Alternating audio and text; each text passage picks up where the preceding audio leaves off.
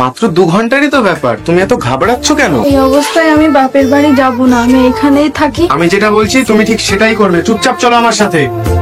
ইলিয়াস ভাই, কোথায় যাচ্ছ? ভাবি, এই অবস্থায় কোথায় যাচ্ছ তুমি? তুমি এখানে একটু বসো।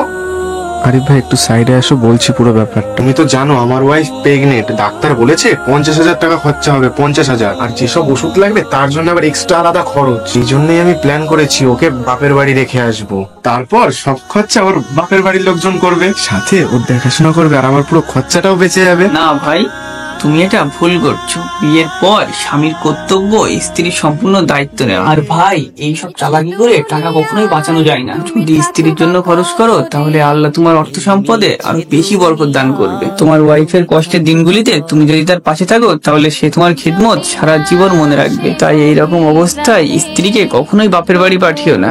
ভালোবাসো, নিজের কাছে রাখো এবং তার দেখাশোনা করো।